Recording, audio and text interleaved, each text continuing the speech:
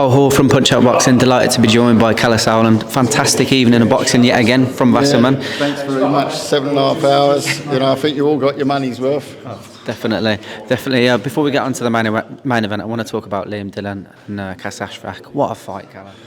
I think it was the best British title fight I've seen this year. I said it before, I think British title fights are such a good bet for a great fight. So as a promoter, I mean, look, don't get me wrong, I love world title fights, but if I look at, you know, the percentage chance I'm going to get a banger, it's British title. Yeah. And that is, you know, that's a fact. We've had a few brilliant ones last year as well. What was it, Bentley, Udofia on Channel 5, to name one. But it was, you know, there's a lot that every year, again and again, serve up what we want to see, and that's sport where you just don't know. I looked at the odds on the way here. Not that I'm betting, but I like to look at odds sometimes, see how the cards match. We had tonight two fight, I think the heavyweight one and the British title fight were bang on 50-50s. Mm-hmm. And I was quite surprised that fight was 50-50. I thought ASHFAQ would have been the favourite. Yeah. No, it was a 50-50. From what I saw, I thought it was. The bookies, they've done their job tonight. They called that one. It's absolutely 50-50. If you haven't seen it, tune into DAZN because fantastic. An advert for British boxing. You know, domestic level. Yeah. Let's not break any bones about it. I think neither of them are going to be world champions. But cracking. A testament to. Go back and watch that again. Yeah, definitely. I think a testament to the types of characters you get at that level as well. Actually score it because a lot of people say, "Oh, it was tighter than it was," but one judge had it for ASHFAQ. I can't quite see how you do that, but by the 3 rounds as well was a bit. Yeah, it was a bit of an odd one. But I don't know. I didn't score. It was too exciting to score ringside, and to be honest, I didn't. At 6 rounds, I said, "There's no way in hell that this goes the distance." Yeah, no, I felt exactly. No chance, you know. But credit to the boxers, credit to boxing, credit to the British title. Testament to the characters you get in those sorts of fights as well, because Liam's going back to work scaffolding on Monday. I said to him, "But you've just got an unbelievable story, mate." Yeah. I said that at press conference, and he'd done me right. I love when people do that. Fantastic performances from Chloe Watson and Troy Williamson. Troy Williamson coming on relatively short notice, but he looked a much happier, better fighter. Obviously, it was weight as well. But I've got to say, I don't think he should go back down. I think that's the weight for him. But you know, he'll know better than me. But that's my opinion. He looks solid. Very. I mean, we all know Troy's a great boxer. So you know, but I thought the weight suited him. Yeah. Steve Robinson coming unstuck against Franklin Ignatius. He didn't turn up tonight, Steve, till the last round. Simple as that. He just didn't turn up. I thought he was going to do it. I don't know. I think he watched Newcastle Gateshead today, and I don't know. I think his head was still at the game because it didn't turn up till the 8th round. Yeah.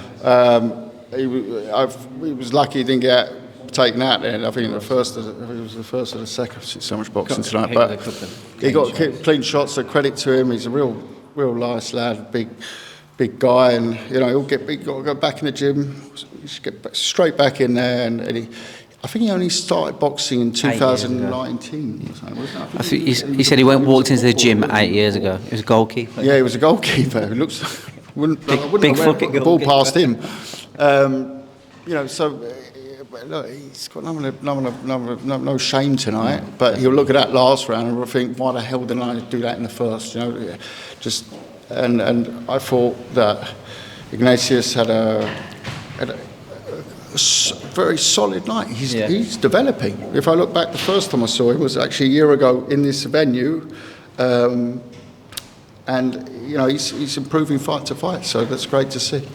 Josh Kelly, fantastic performance in what was probably a difficult opponent to not the best dance partner. Tough. Did what he could do.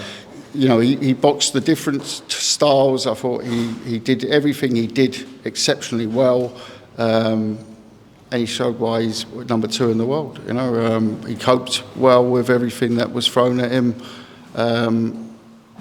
and at the end, he was disappointed he didn't get him out there, but, you know, as boxing at the top level, you're not going to always be able to get him out there.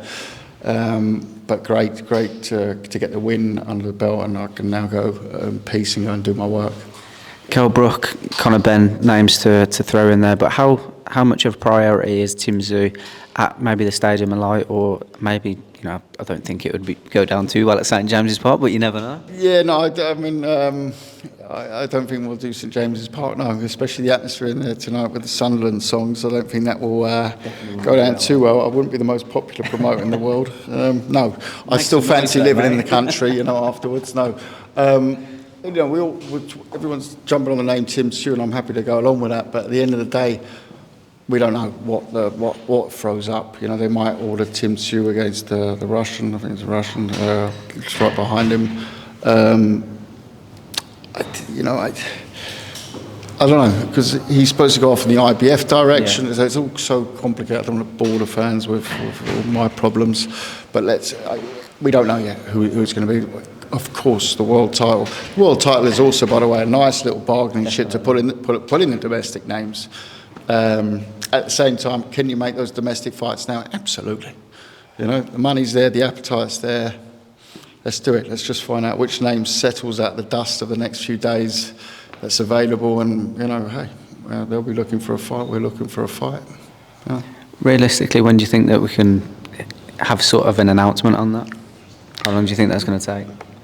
But which in one? Terms of Josh Kelly, Kelly opponent, sorry. That will, it will take at least, I'd say, realistically, a month. Just finally, just a quick breakdown on what Fasselman have got coming up with Misfits and obviously a big event in Edinburgh next. Yeah, we've got Lee McGregor next weekend on Channel 5, world title fight against Robles. It's going to be a hot night up in Edinburgh. We've got Eubank on the card. Harlem Eubank's back. We've got Matty Harris boxing up there. So big card in Edinburgh. I hope it's not quite as big as tonight's card. I have to go and look at what my brother's put together there. But I think it's also 10 fights. I don't think it's the full 12. Tell him to get rid of a few. Fights. Yeah. But he'll be up in Edinburgh. I'm over in Nashville, where we have a wonderful, crazy night. Misfits Survivor Tag. I'm still learning the rules on that. Doing that on a plane over there Monday. Appreciate your time, Kalle. Thank you very much. Take care. Thanks, mate.